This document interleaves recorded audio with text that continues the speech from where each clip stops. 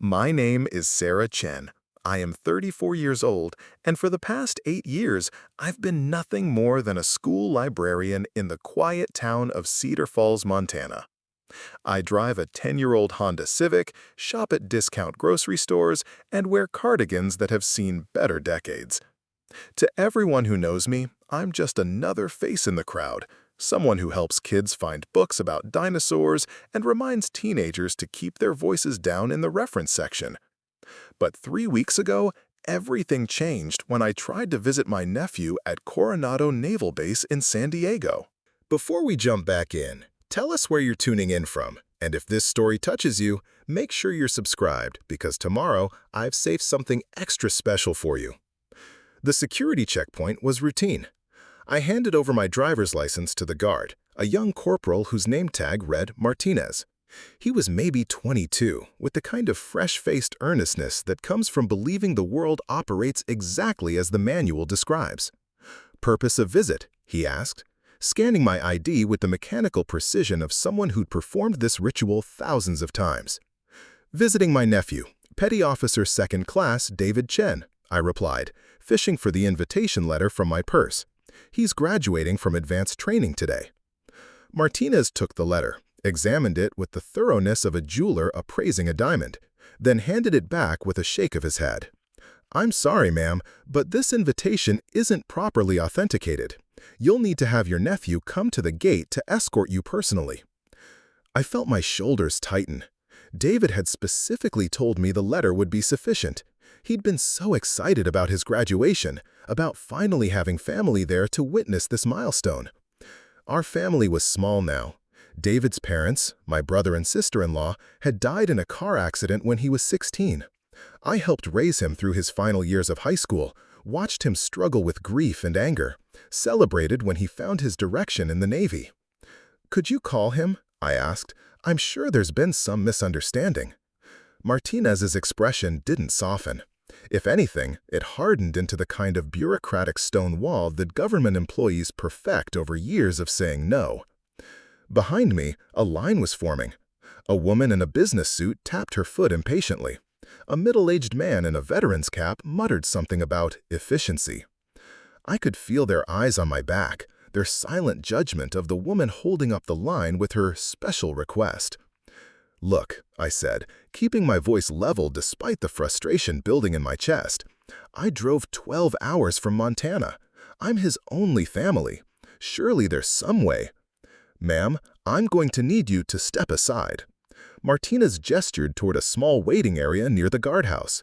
"You can use the phone over there to contact your nephew, but I cannot allow you onto the base without proper authorization." The dismissal stung more than it should have. I'd faced bigger challenges than an overzealous security guard, though Martinez had no way of knowing that. To him, I was just another civilian causing problems, another person who didn't understand that rules exist for a reason. I moved to the waiting area and picked up the phone. It rang 6 times before going to voicemail. David was probably already in formation, preparing for the ceremony. I tried the base operator, who connected me to his unit's duty office. A harried-sounding petty officer told me that personnel were unavailable due to the graduation ceremony preparations. 30 minutes passed, then an hour. The sun climbed higher, and the California heat began to penetrate even the shaded waiting area. I watched as families streamed through the checkpoint, their paperwork apparently in perfect order, their faces bright with anticipation. Children clutched small American flags. Wives adjusted their husbands' ties. Parents posed for photos near the base's entrance sign. I called David's number again. Still voicemail. By noon, I was beginning to accept that I might miss the ceremony entirely.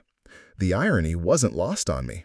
Here I was, denied entry to a military base when I'd spent 4 years of my life on bases that made Coronado look like a summer camp.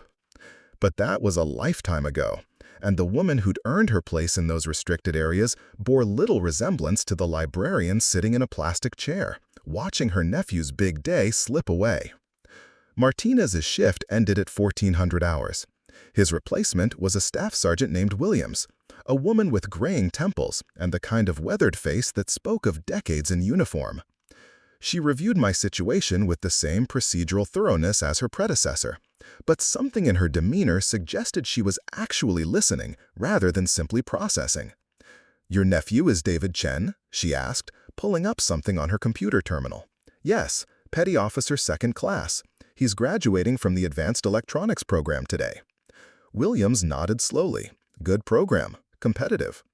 She looked at me more closely, her eyes taking in details I couldn't identify. "You said you drove from Montana?"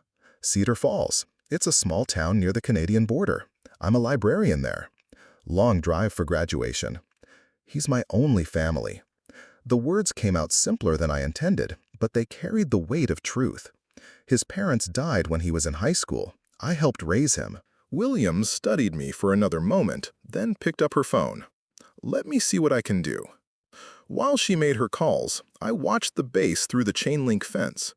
Personnel moved with purpose across the manicured grounds. Flags snapped in the ocean breeze.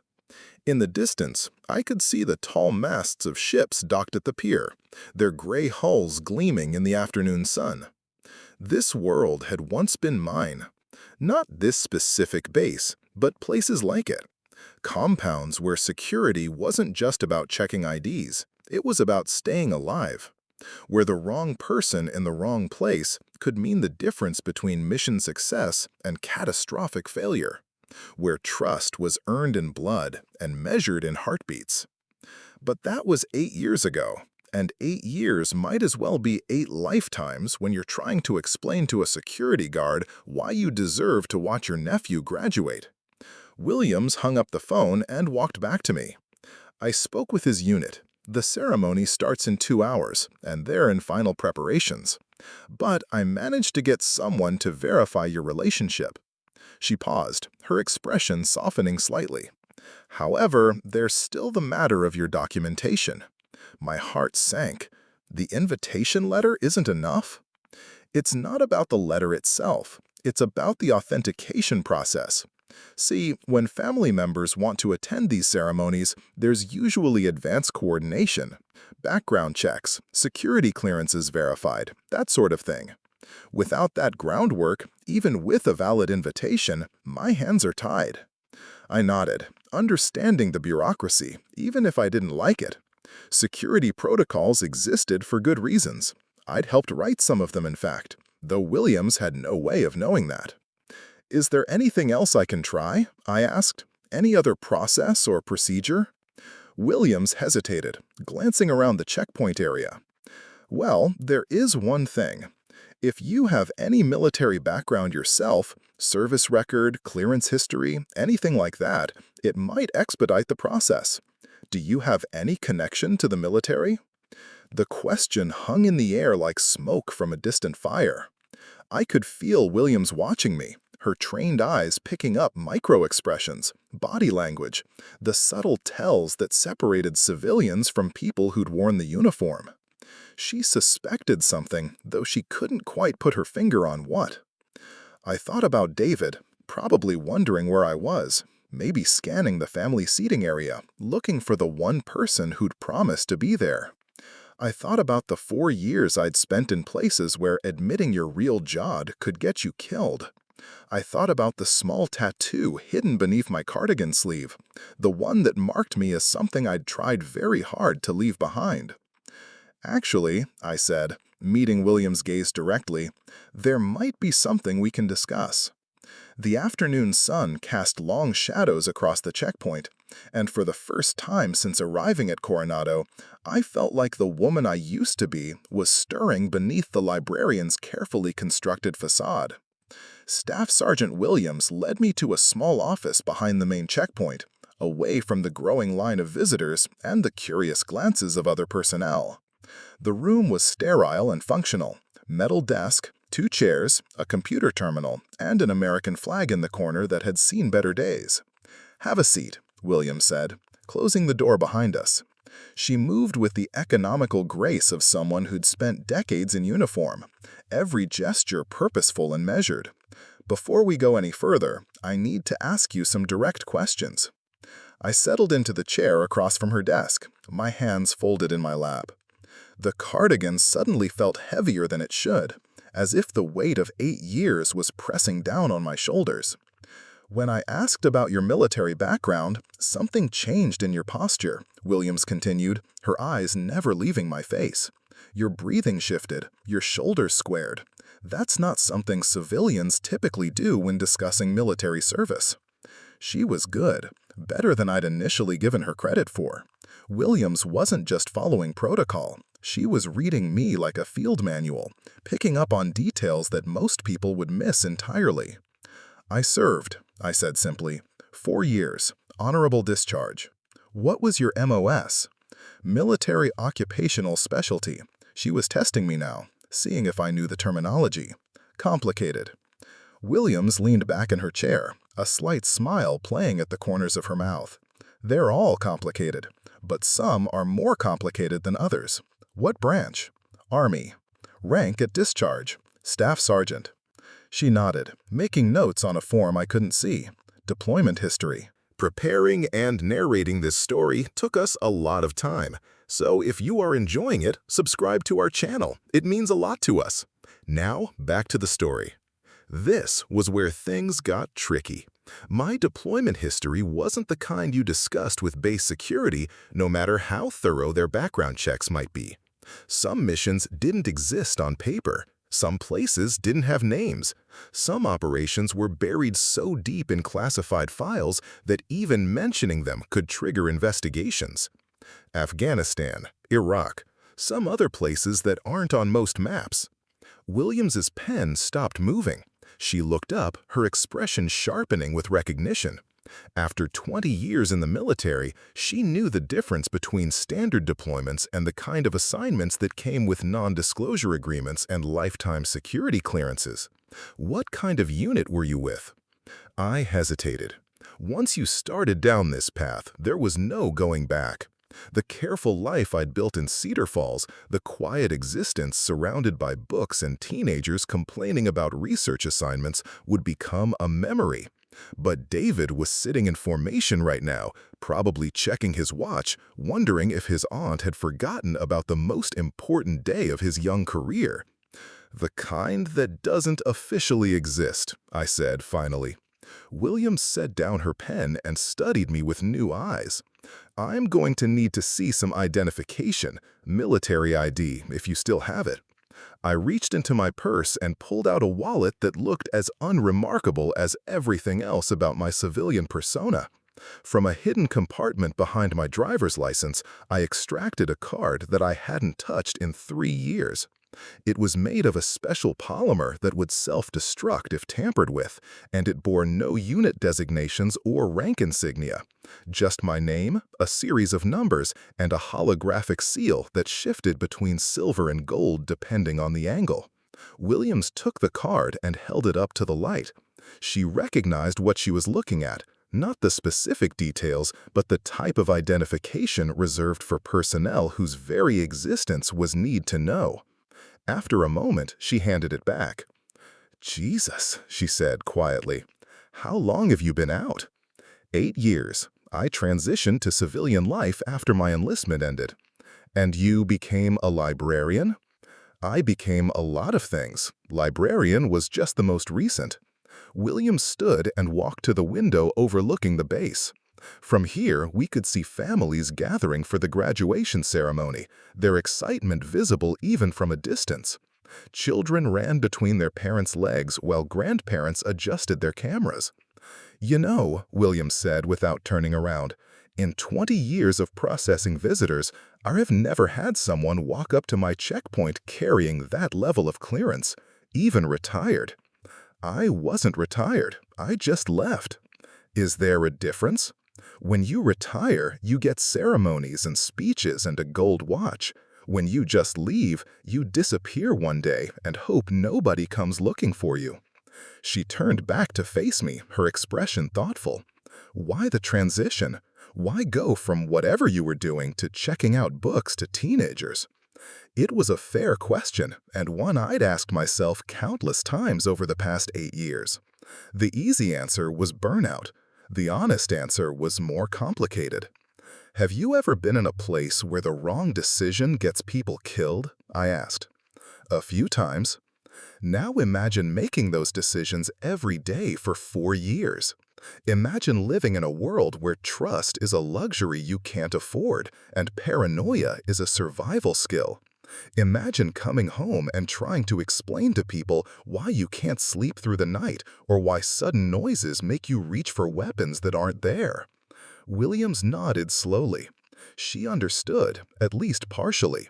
Most career military personnel had seen enough to recognize the signs of operational stress, even if they hadn't experienced it themselves. So you chose the most peaceful job you could find. I chose a job where the biggest crisis is usually a missing book or a student who forgot their library card, where nobody dies if I make a mistake, where the most dangerous thing in my environment is a paper cut. But you kept your clearance active? She was more observant than I'd realized. The card I'd shown her wasn't just identification, it was a key that opened doors I'd hoped never to walk through again. Keeping it active was like keeping a loaded gun in your nightstand. You told yourself you'd never need it, but you weren't quite ready to throw it away. Old habits, I said. Williams returned to her desk and picked up the phone. I'm going to make a call. It might take a few minutes. Who are you calling? Someone who can verify what you've told me without triggering any flags that might complicate your quiet life in Montana. She dialed a number from memory, which told me this wasn't her first time dealing with personnel who'd emerged from the shadows. The conversation was brief and conducted in the kind of military shorthand that communicated maximum information with minimum words. When she hung up, Williams was looking at me differently. Not with suspicion or bureaucratic indifference, but with the kind of respect reserved for people who'd earned it in places where respect was a matter of life and death. Interesting, she said. What's interesting? The person I just spoke with said something I've never heard before in 20 years of making verification calls. Which was? He said that if you're really who you claim to be, I should roll out the red carpet and ask if there's anything else you need while you're here. I felt a chill run down my spine. Recognition, even at this level, meant that my name was still in active files somewhere, that people were still keeping track of where I was and what I was doing, that the past I'd tried to bury was closer to the surface than I'd realized. Did he verify my clearance? He verified a lot more than that. William stood and walked to the door. Staff Sergeant Chen, or should I say, whoever you really are, welcome to Coronado Naval Base. The door opened, and for the first time in 8 years, I felt like I was stepping back into a world I'd tried very hard to leave behind. The escort arrived 15 minutes later in the form of a Navy lieutenant commander whose uniform was so crisp it could have cut glass. His name tag read Patterson, and everything about him screamed fast-track career officer, from his perfectly polished shoes to the way he carried himself like he was perpetually being evaluated for promotion. "Miss Chen," he said, extending his hand with the kind of firm grip that was taught in leadership seminars. "I'm Lieutenant Commander Patterson. I'll be escorting you to the graduation ceremony." Williams handed him my identification card, which he examined with the kind of reverence usually reserved for religious artifacts. When he handed it back, his entire demeanor had shifted from professional courtesy to something approaching deference. "Ma'am, if you'll follow me, I have a vehicle waiting." We walked through the base in a military-issue sedan that smelled of leather cleaner and regulation coffee. Patterson kept glancing at me in the rearview mirror like he was trying to solve a puzzle. I watched the familiar landscape of base life roll past the windows. Neat rows of barracks, training facilities, personnel moving with purpose between buildings that could have been anywhere in the world. "So," Patterson said as we turned onto a tree-lined avenue, "I understand you're here for Petty Officer Chen's graduation." "That's right. He's my nephew." "Good kid, from what I hear. High marks in his program.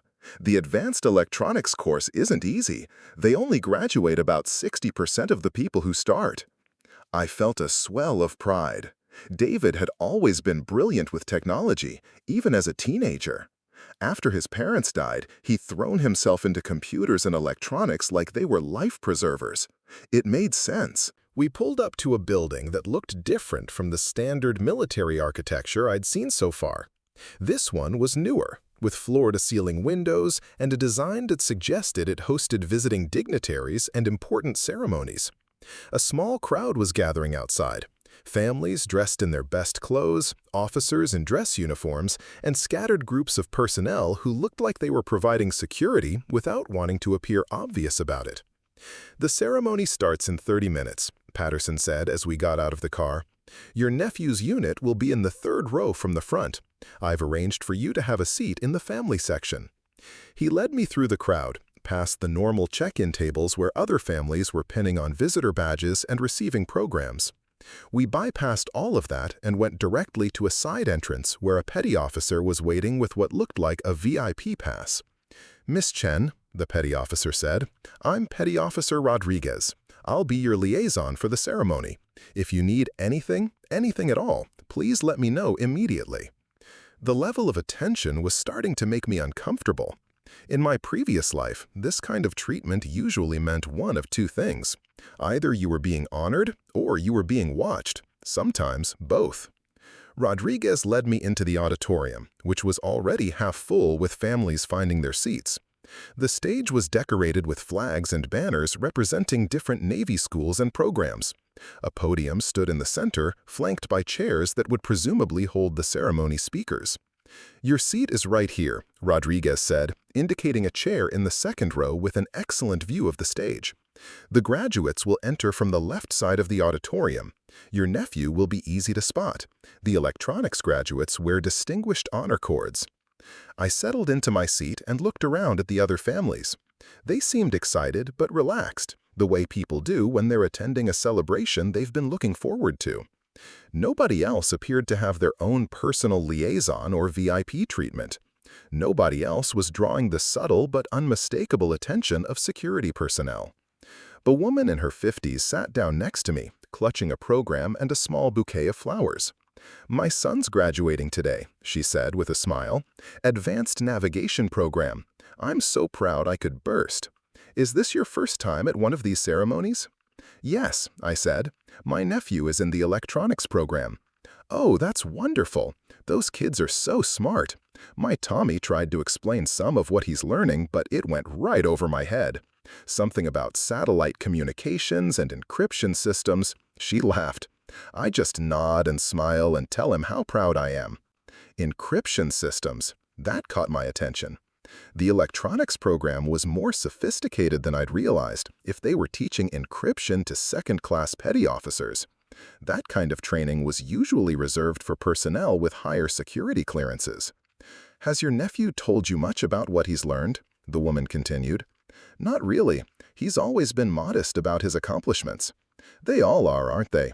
My Tommy acts like what he's doing is no big deal, but the instructors tell me he's in the top 5% of his class." The lights dimmed slightly, and a Navy chaplain took the podium to offer an opening blessing. As he spoke, I found myself scanning the room with old instincts I couldn't quite shake. Exit routes, sight lines, unusual behavior patterns. 8 years of civilian life hadn't been enough to completely suppress the hypervigilance that had kept me alive in places where letting your guard down could be fatal. That's when I noticed him. 3 rows behind me, slightly to the left, sat a man in a Navy dress uniform with enough ribbons on his chest to suggest he'd seen serious action. He wasn't watching the chaplain or looking around at the families like everyone else. He was watching me. When our eyes met, he didn't look away or pretend he'd been staring at something else. Instead, he nodded slightly, the kind of acknowledgement that passes between people who recognize something in each other, something that doesn't translate well to civilian life. The chaplain finished his blessing, and the ceremony's main speaker was introduced.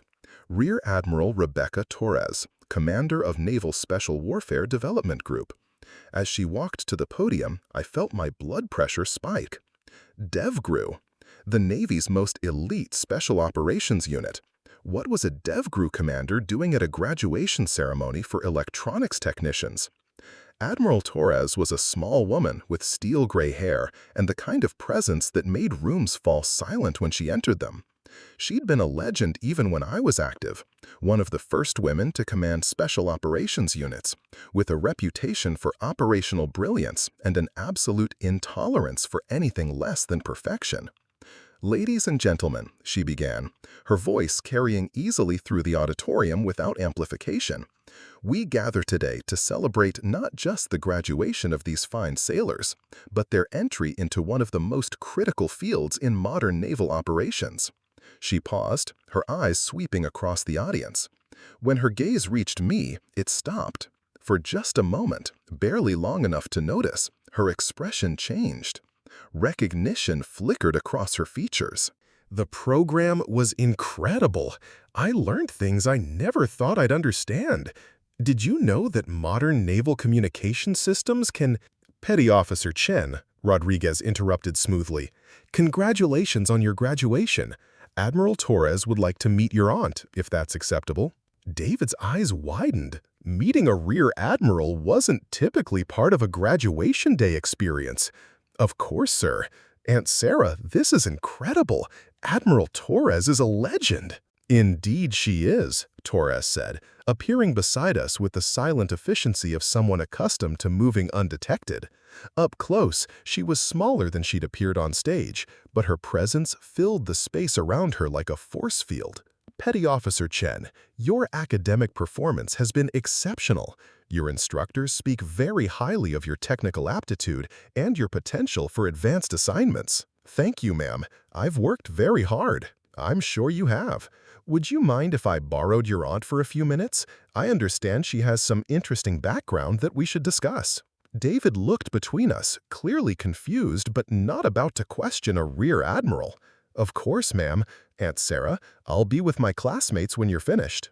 Torres gestured toward a side door I hadn't noticed before. Shall we? As the graduates took their positions, I noticed something that made my stomach clench. Mixed among the families and base personnel were individuals who didn't quite fit. Their clothes were civilian, but their posture was military. Their eyes moved constantly, professionally, and they were all wearing nearly identical earpieces. This wasn't just a graduation ceremony. It was an operation. Now, Admiral Torres announced, I'd like to invite our graduates to join their families for a brief reception before the formal commissioning begins. The auditorium erupted in applause and movement as families surged forward to congratulate their sailors. I stood to look for David, but Rodriguez appeared at my elbow before I could take a step. Miss Chen, if you could remain in your seat for just a moment, the Admiral would like to speak with you personally. I need to see my nephew first. Of course, we'll arrange that, but Admiral Torres specifically requested a private word. There was no refusing a rear admiral, especially not one who commanded elite special operations units. I nodded and watched as the crowd thinned, families clustering around their graduates, while base personnel began clearing chairs and resetting the auditorium for the next phase of the ceremony. David appeared at the edge of the family section, his eyes scanning the crowd until they found me. His face lit up with genuine surprise and joy, the first uncomplicated emotion I'd seen all day. Aunt Sarah! He bounded over with the enthusiasm of a 22-year-old who just accomplished something significant. I can't believe you made it. I thought maybe you'd gotten lost or couldn't find the base. I hugged him tightly, breathing in the familiar scent of military laundry detergent and the nervous energy that radiated from him. For a moment, all the complications of the day faded away. This was what mattered, being here for David, celebrating his achievement.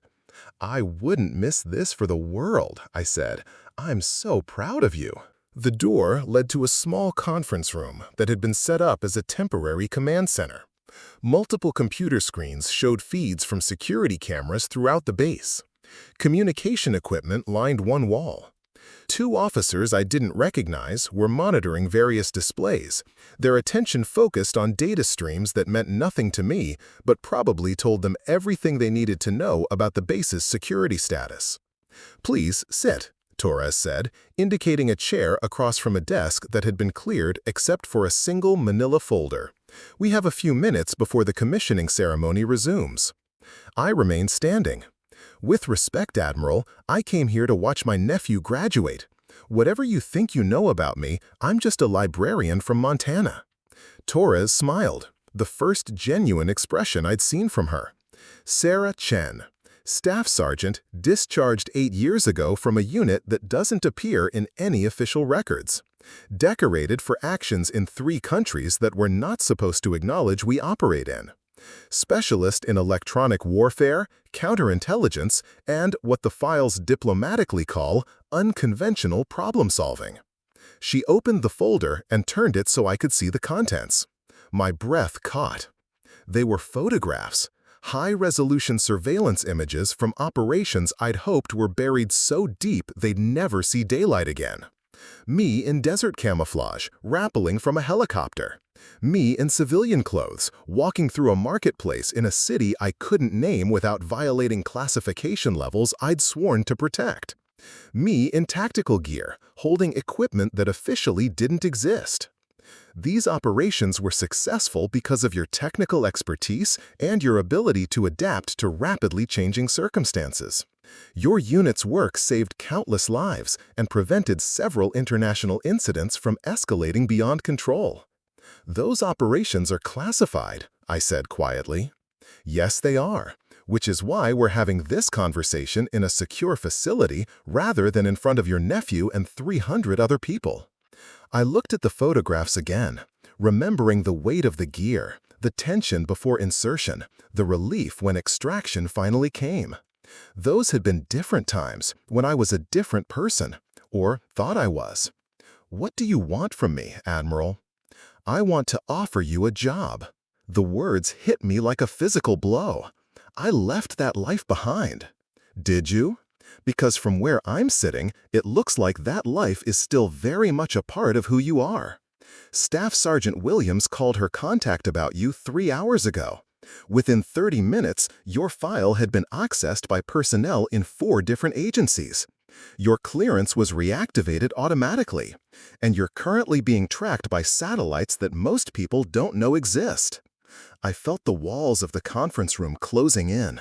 I just wanted to watch my nephew graduate. And you will. But first, we need to discuss why a routine graduation ceremony for electronics technicians has attracted the attention of foreign intelligence services and why your nephew's name appears on a target list that we intercepted 2 days ago.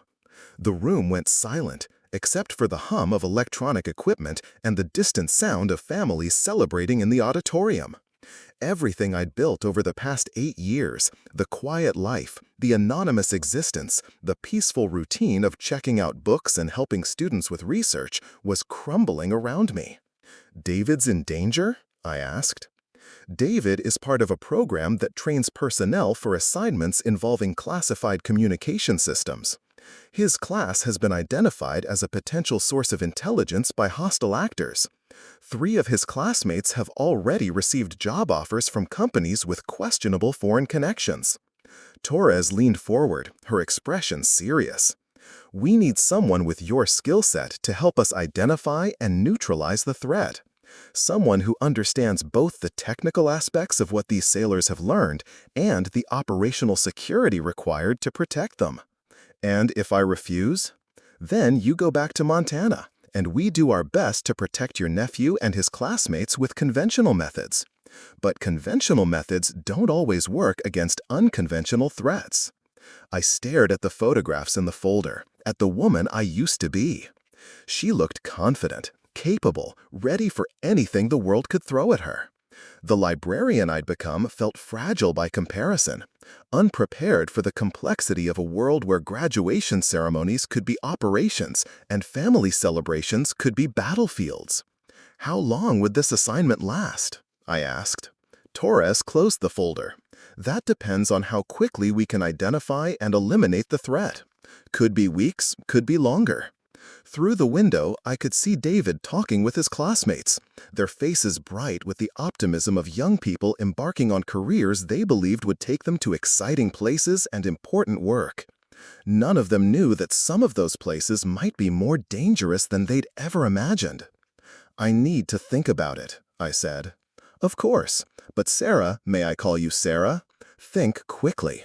The commissioning ceremony ends in 2 hours, and after that, these sailors will scatter to assignments around the world. If we're going to protect them, we need to start now." The conference room door opened and Rodriguez appeared. "Admiral, it's time to resume the ceremony." Torres stood, straightening her uniform with the automatic precision of someone who'd done it thousands of times. "Sarah, there's something else you should know. Your nephew specifically requested assignment to a communications facility in the Persian Gulf. His orders have already been cut." My blood went cold. The Persian Gulf meant forward deployment, active operations, proximity to threats that could materialize without warning. David thought he was embarking on an adventure. He had no idea he might be walking into a trap. "When does he deploy?" I asked. 6 weeks. I looked at the folder again, at the evidence of who I used to be and what I was capable of. Outside, families were taking pictures and making plans for celebration dinners. Inside this room, the past was colliding with the present in ways I'd never anticipated. "Admiral," I said, standing to meet her eyes directly, "I think we need to have a much longer conversation." The commissioning ceremony resumed with military precision, but I barely heard Admiral Torres's words as she presented certificates and commendations to the graduating class. My mind was racing through scenarios, calculating risks, weighing options, the way I'd been trained to do in situations where hesitation could be fatal. David stood in formation with his classmates, his face glowing with pride as his name was called and he stepped forward to receive his certificate. He looked so young, so eager to begin his career. The idea that foreign agents were already targeting him made my chest tighten with a protective fury I hadn't felt in years. When the ceremony concluded and families began dispersing, Torres appeared at my shoulder. "Walk with me," she said quietly. We left the auditorium through a back exit that led to a covered walkway connecting to another building. The afternoon sun was beginning to set, casting long shadows across the base grounds. In the distance, I could hear the sounds of celebration, families taking their sailors to dinner, voices raised in laughter and congratulation. "Before you give me your answer," Torres said as we walked, "there are some things you need to understand about the current threat environment." She led me into a building that was clearly designed for classified briefings. Multiple layers of security, electronic countermeasure equipment humming in the walls, and a conference room with no windows and enough electronic shielding to block surveillance from orbit. "Sit," Torres said, activating a presentation system with her personal access code. "What I'm about to show you is classified at levels that require congressional notification to access." The screen came alive with satellite imagery, communication intercepts, and financial tracking data. It looked like the kind of intelligence briefing I used to receive before high-risk operations, when understanding the enemy was the difference between mission success and catastrophic failure. 6 months ago, we began noticing unusual patterns in recruitment activities targeting recently graduated Navy technical personnel. Job offers from private contractors with unusually generous compensation packages. Requests for information about specific training programs, social media contact from individuals with sophisticated cover identities. The screen showed a network analysis diagram with dozens of interconnected nodes. Names, dates, financial transactions, communication patterns. It was the kind of comprehensive intelligence picture that took months to develop and suggested a well-funded, professionally managed operation. The pattern became clearer when we started tracking the companies making these offers. Shell corporations registered in countries with minimal corporate transparency requirements. Funding sources that traced back to state-sponsored intelligence services. And technical requirements that matched classified capabilities these sailors had been trained to support. I studied the diagram, my old analytical instincts engaging automatically. How many personnel have been compromised? Compromised is a strong word. Targeted is more accurate. We've identified 17 former Navy technical specialists who accepted positions with these companies over the past 18 months. 3 have since been posted to facilities near strategic military installations. 2 others have disappeared entirely after their employment contracts expired. The implications were staggering.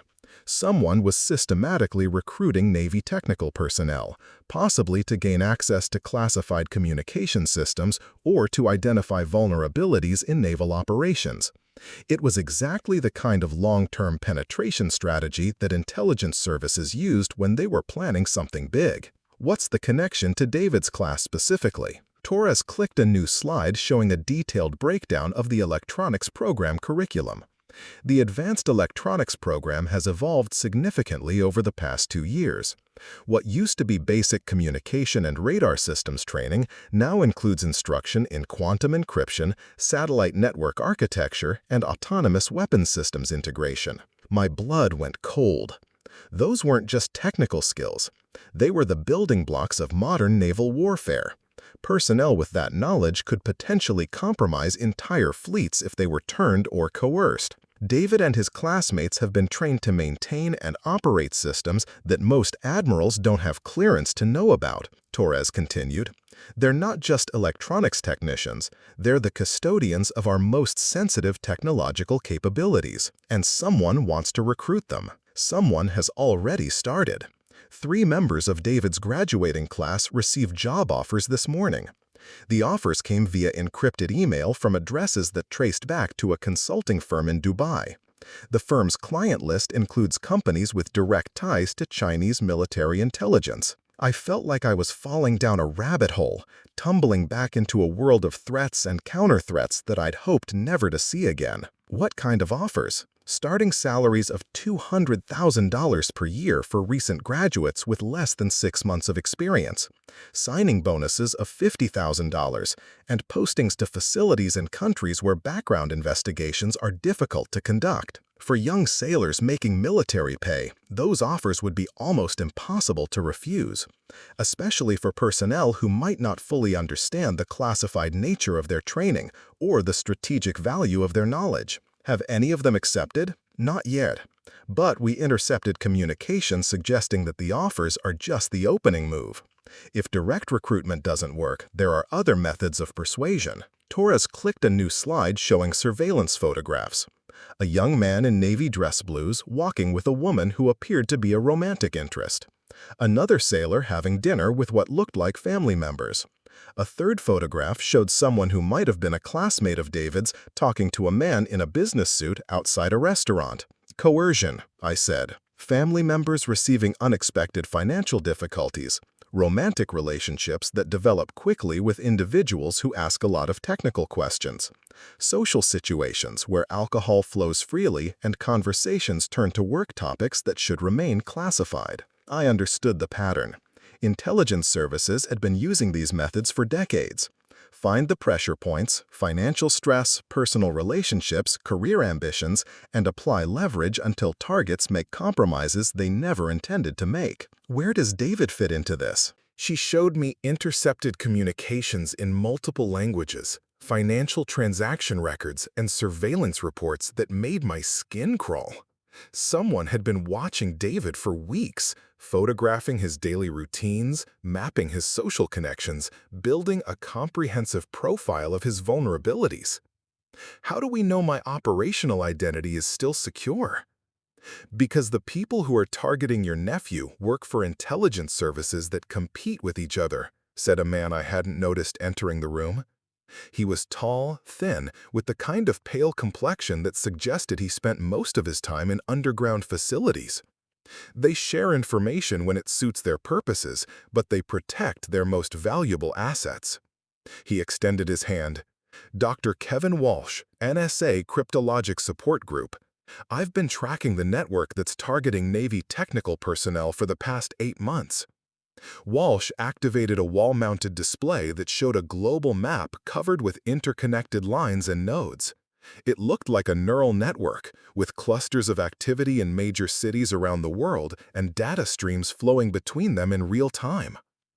The operation targeting your nephew is being run by a coordination cell in Singapore, funded through shell companies in 3 different countries and staffed by operatives from at least 4 intelligence services, Walsh explained. It's sophisticated, well-funded, and designed to remain invisible to conventional counterintelligence methods. What's their endgame?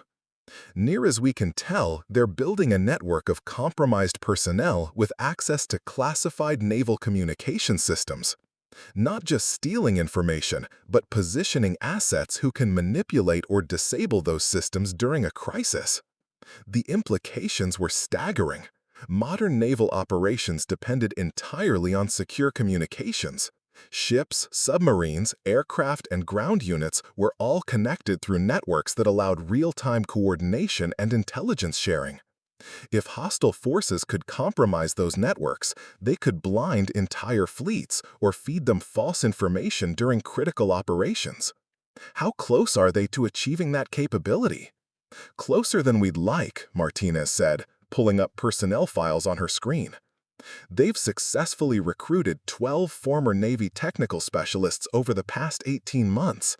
Each one has accepted employment that places them near strategic naval facilities or communication hubs. She showed me a map marked with red dots representing compromised personnel. The pattern was clear. They were positioning assets to cover major Pacific Fleet operations, Atlantic submarine routes, and Mediterranean deployment areas. David's training makes him particularly valuable because the electronics program has evolved to include quantum encryption systems. Personnel with that knowledge could potentially compromise communication security for entire theater operations.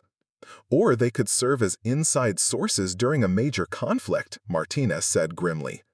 Imagine a scenario where Chinese forces in the South China Sea know the exact position and operational status of every American naval asset in the region. I studied the displays, my mind automatically shifting into the analytical mode I'd used during operational planning sessions. The enemy's strategy was elegant in its simplicity.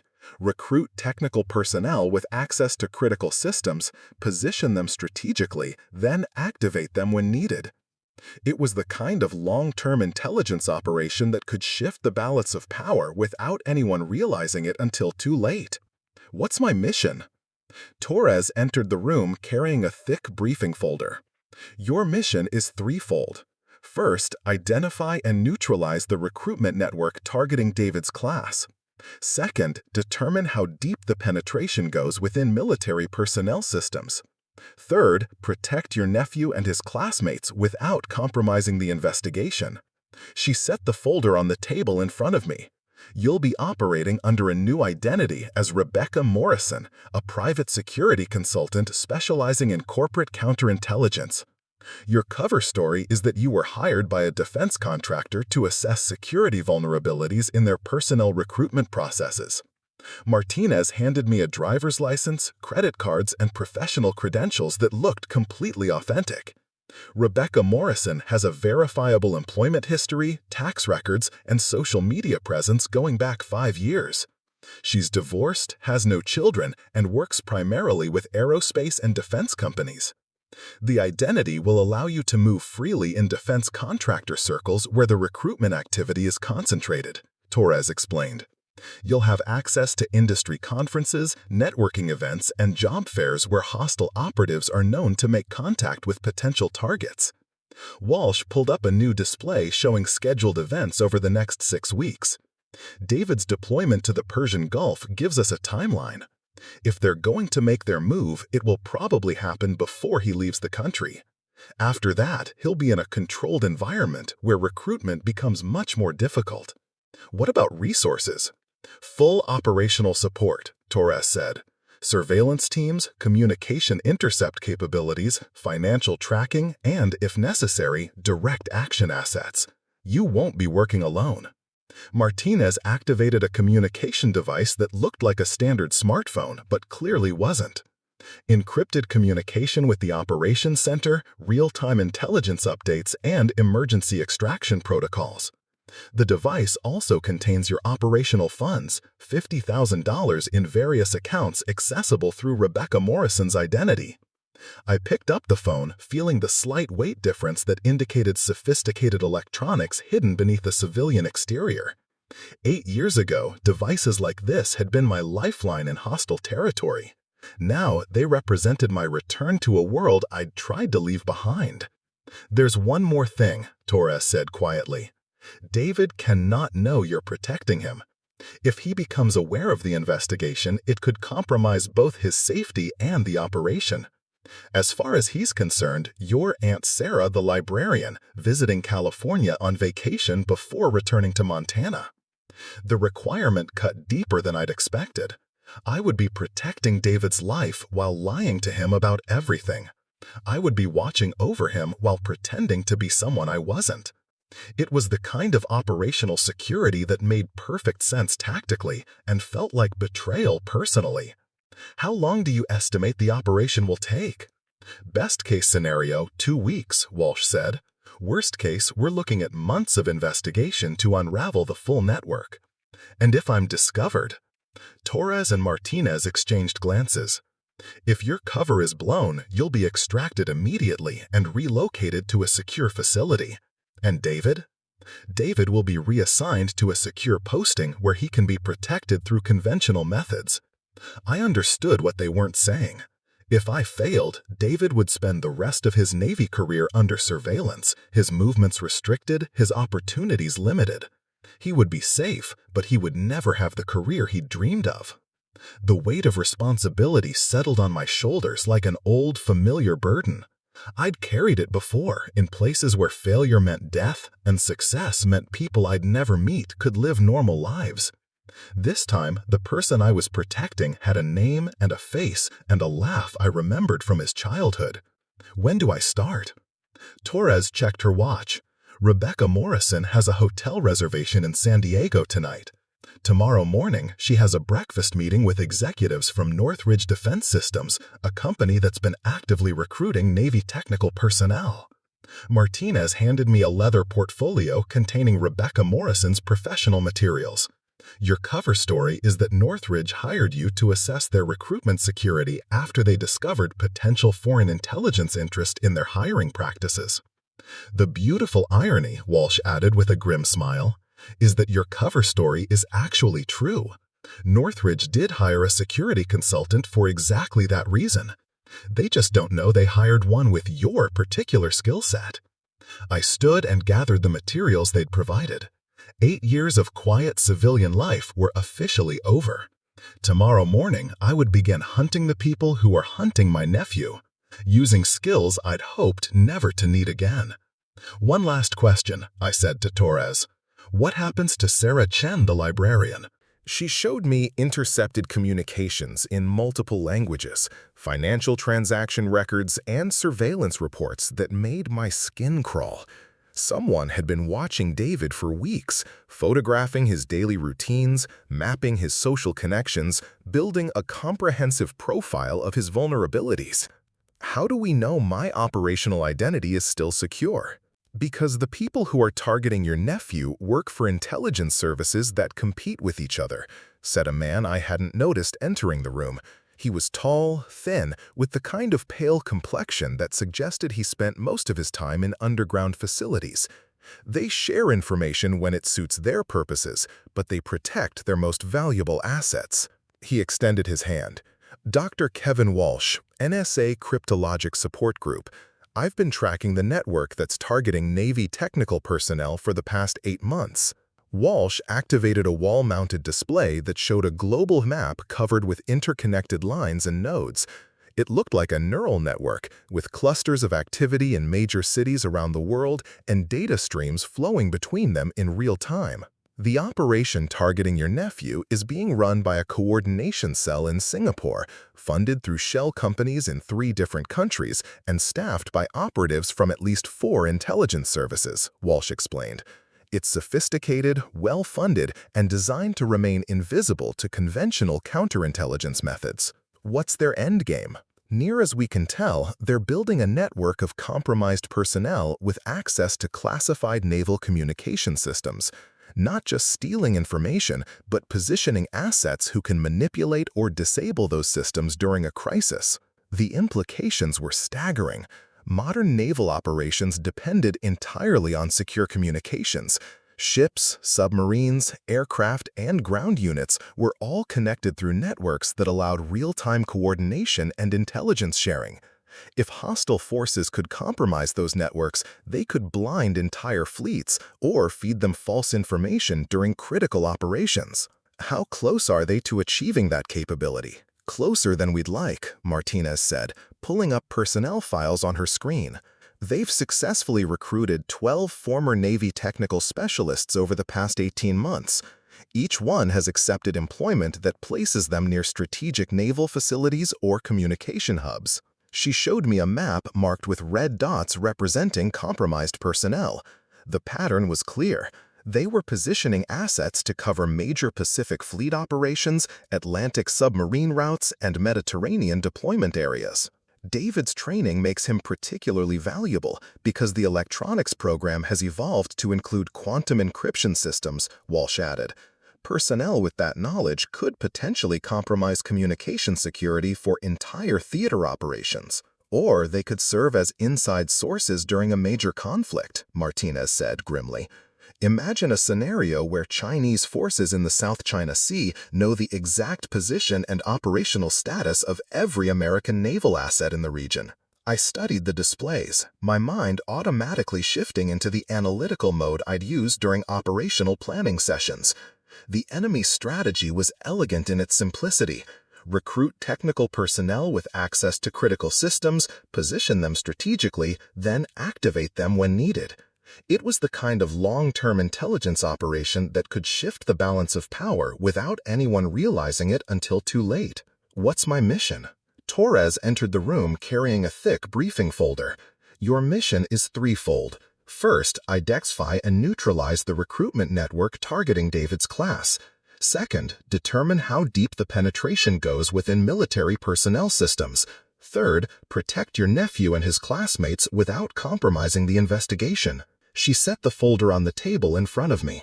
You'll be operating under a new identity as Rebecca Morrison, a private security consultant specializing in corporate counterintelligence. Martinez handed me a driver's license, credit cards, and professional credentials that looked completely authentic.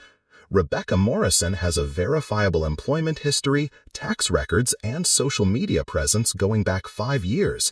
She's divorced, has no children, and works primarily with aerospace and defense companies. The identity will allow you to move freely in defense contractor circles where the recruitment activity is concentrated, Torres explained. You'll have access to industry conferences, networking events, and job fairs where hostile operatives are known to make contact with potential targets. Walsh pulled up a new display showing scheduled events over the next 6 weeks. David's deployment to the Persian Gulf gives us a timeline.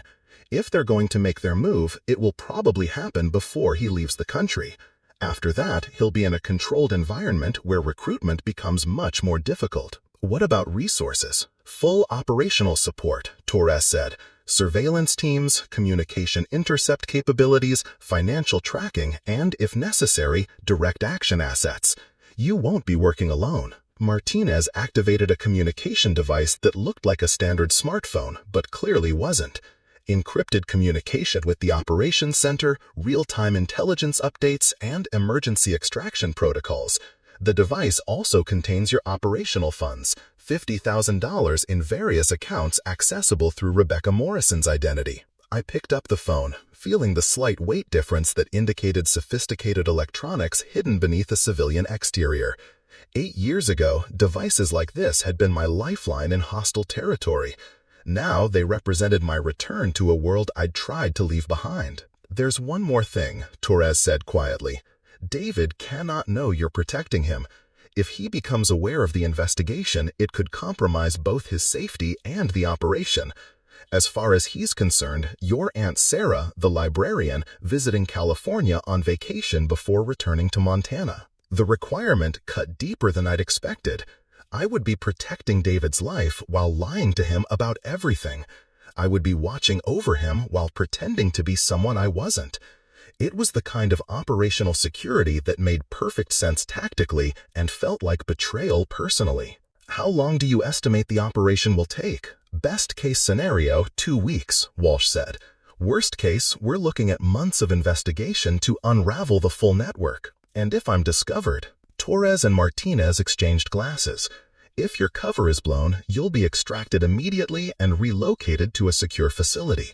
The investigation will continue through other means. And David? David will be reassigned to a secure posting where he can be protected through conventional methods. I understood what they weren't saying. If I failed, David would spend the rest of his Navy career under surveillance, his movements restricted, his opportunities limited. He would be safe, but he would never have the career he dreamed of. The weight of responsibility settled on my shoulders like an old, familiar burden. I'd carried it before, in places where failure meant death and success meant people I'd never meet could live normal lives. This time, the person I was protecting had a name, a face, and a laugh I remembered from his childhood. When do I start? Torres checked her watch. Rebecca Morrison has a hotel reservation in San Diego tonight. Tomorrow morning, she has a breakfast meeting with executives from Northridge Defense Systems, a company that's been actively recruiting Navy technical personnel. Martinez handed me a leather portfolio containing Rebecca Morrison's professional materials. Your cover story is that Northridge hired you to assess their recruitment security after they discovered potential foreign intelligence interest in their hiring practices. The beautiful irony, Walsh added with a grim smile, is that your cover story is actually true. Northridge did hire a security consultant for exactly that reason. They just don't know they hired one with your particular skill set. I stood and gathered the materials they'd provided. 8 years of quiet civilian life were officially over. Tomorrow morning, I would begin hunting the people who were hunting my nephew, using skills I'd hoped never to need again. One last question, I said to Torres. What happens to Sarah Chen, the librarian? Torres looked at me with something that might have been sympathy. That depends on what we find during the investigation. If the threat is as extensive as we suspect, Sarah Chen might need to stay retired permanently. I nodded, understanding the implications. This operation might not just change my life, it might end the life I'd built and force me to become someone else entirely. But as I thought about David's eager face during the graduation ceremony, about his excitement over his upcoming deployment, about the danger he didn't know he was in, the choice became clear. Some things were worth sacrificing a quiet life to protect. Rebecca Morrison had work to do. The Northridge Defense Systems building in downtown San Diego was a gleaming tower of glass and steel that spoke of defense contracts worth billions and influence that reached into the highest levels of government. As Rebecca Morrison, I walked through the lobby at precisely 8 a.m., my heels clicking against marble floors that probably cost more than most people's annual salaries. The executives I was meeting had no idea they were about to encounter someone who had spent 4 years dismantling networks exactly like the one targeting their recruitment processes. To them, I was just another security consultant with an impressive resume and glowing references from companies that had never actually employed me. "Miss Morrison," said James Fletcher, Northridge's Vice President of Human Resources, extending his hand as I entered the conference room. "Thank you for coming on such short notice. When Admiral Torres recommended your services, she made it clear this was a priority situation." I smiled the practiced smile of a consultant who dealt with corporate executives every day. "I appreciate the opportunity to help. Admiral Torres briefed me on the general situation, but I'd like to hear your perspective on what you've observed." Fletcher gestured to a seat at a polished conference table that could have accommodated 20 people. 2 other executives joined us, Dr. Lisa Park, the company's Chief Technology Officer, and Michael Stevens, their Director of Security. "Over the past 6 months, we've noticed unusual patterns in our recruitment activities," Dr. Park began, activating a presentation system. "Candidates with exceptional qualifications applying for positions that typically require years of experience to obtain. Job applicants who seem more interested in our classified projects than in salary or benefits." Stevens pulled up personnel files on the display. "We've had 17 former Navy technical specialists apply for positions in our communications division alone. All of them have security clearances, all of them have training in systems that are directly relevant to our most sensitive contracts." I studied the files, recognizing several names from Walsh's intelligence briefings. These weren't random job applications. They were systematic attempts to place compromised personnel in positions where they could access Northridge's classified projects. Have you hired any of these candidates? 3 of them, Fletcher admitted. All had impeccable credentials and passed extensive background investigations, but now we're wondering if we missed something. Show me their employment records, I said, shifting into the analytical mode that had kept me alive in hostile territory. Start with when they were hired, what projects they've been assigned to, and who they've had contact with since joining the company. For the next hour, we went through detailed personnel records, project assignments, and security logs. The pattern that emerged was both sophisticated and disturbing. The 3 hired candidates had been systematically gaining access to increasingly classified information, using their legitimate positions to request briefings and documentation that went far beyond their actual job requirements. Dr. Park, I said, I need you to show me the specific projects these individuals have accessed. She hesitated. Some of that information is classified above your clearance level. I pulled out Rebecca Morrison's credentials, which included security clearances that were both real and extensive. Try me. Park's expression changed as she reviewed my documentation. The clearances weren't just high-level, they were the kind that indicated involvement in projects most people couldn't imagine. Jesus, Stevens muttered, reading over her shoulder.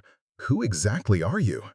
Someone who has dealt with this kind of penetration before, I said simply. Now, show me what they've accessed. The next hour was a masterclass in how foreign intelligence services could exploit corporate hiring practices.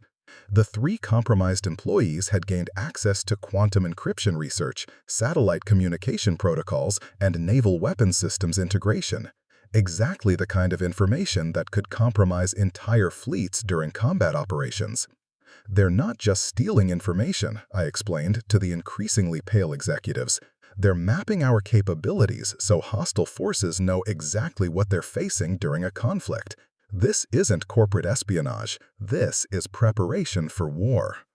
My encrypted phone buzzed with an urgent message from Walsh, target approaching David's location, moving to intercept. My blood went cold. While I was uncovering the recruitment network, someone was making direct contact with my nephew. I need to step out for a moment, I said, standing abruptly. Continue reviewing the files. I'll be back in 10 minutes. I found a secure corner of the building and activated the phone's encrypted communication mode. Walsh's voice came through clearly despite the obvious tension. Rebecca, we have a situation. David is having lunch at a restaurant near the base with someone who doesn't match any known associates. Middle-aged male, expensive suit, speaking with what sounds like a European accent. How close are your surveillance teams? Close enough to monitor the conversation. The subject is asking David about his training, his upcoming deployment, and his family situation. Classic recruitment approach. Can you intervene without blowing the operation? Working on it. Stand by. The next few minutes felt like hours. Through my earpiece, I could hear fragments of conversation as Walsh's team moved closer to David's table. The foreign operative was skilled, asking seemingly innocent questions that were actually gathering intelligence about David's training, clearance level, and psychological vulnerabilities. Then I heard David's voice, clear and strong. I appreciate the job offer, sir, but I'm committed to serving my country. The Navy has invested a lot in my training, and I intend to honor that investment. Pride swelled in my chest. David was turning down the recruitment attempt without even realizing how dangerous the situation was. His moral compass and loyalty to his service were protecting him better than any security briefing could have. Target is departing, Walsh reported. The subject left business cards and indicated he would be in touch. David is finishing his lunch alone. I returned to the Northridge conference room with new urgency. The recruitment attempt on David meant the network was accelerating their timeline. We needed to move faster. I've identified the problem, I announced to the executives. Your 3 compromised employees are part of a larger network that's systematically targeting Navy technical personnel. They're not just gathering information, they're building a database of personnel and capabilities for potential use during a military conflict. Fletcher looked stunned. What do you recommend? Immediate termination of the 3 individuals, but done carefully to avoid alerting the network. Implement new security protocols for all personnel with access to classified projects. And most importantly, coordinate with naval intelligence to ensure this information reaches the appropriate authorities. Dr. Park leaned forward. How do we prevent this from happening again? You implement countermeasures that turn your recruitment process into a counterintelligence operation. Anyone who approaches your company with suspicious qualifications or unusual interest in classified projects gets flagged and investigated. You become a trap instead of a target. Over the next hour, we developed a comprehensive security plan that would protect Northridge's operations while providing intelligence about ongoing recruitment attempts. It was the kind of solution that could serve as a model for other defense contractors facing similar threats. My phone buzzed again. This time it was Torres. Phase 1 complete. Network identified and mapped. Ready for Phase 2 operations. As I wrapped up the meeting with Northridge executives, I realized that the woman who had walked into the naval base that morning as a simple librarian had become something else. The skills I'd tried to bury had emerged stronger than ever, refined by years of civilian life that had taught me the value of the normal world I was fighting to protect. That evening, I met David for dinner at a restaurant overlooking San Diego Bay. He was excited about his upcoming deployment, eager to put his training to use in service of his country. He had no idea that his aunt had spent the day dismantling a network that wanted to exploit his loyalty and expertise. "Aunt Sarah," he said as we watched the sunset paint the sky in brilliant oranges and purples, "I'm so glad you were able to come to my graduation. It meant everything to have family there." "I wouldn't have missed it for the world," I said, meaning every word. As we talked about his future plans and his excitement about serving on advanced communication systems, I felt a deep satisfaction that had nothing to do with operational success. I was protecting someone I loved, using skills I developed in service to my country, in a fight that would keep other families safe from threats they would never know existed. 3 weeks later, Admiral Torres called with the final results. The recruitment network had been completely dismantled. 12 foreign operatives had been identified and expelled from the country. The 3 compromised employees at Northridge and similar personnel at other companies had been quietly reassigned to positions where they could do no damage. David deployed to the Persian Gulf as scheduled, but now he was serving in an environment where the communication systems he protected were truly secure. His training would be used to defend American interests, not compromise them. As for Sarah Chen, the librarian, she returned to Cedar Falls and her quiet life among books and students. But Rebecca Morrison remained active, a ghost identity that could be activated whenever threats emerged that required her particular combination of skills and dedication.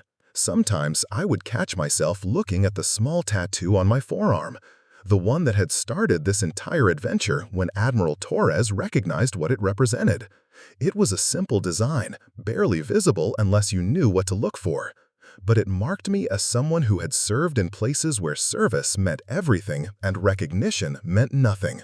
The tattoo reminded me that some battles are fought in shadows, some victories are never celebrated, and some heroes are never named. The work continues, protecting the normal world from dangers they never see coming.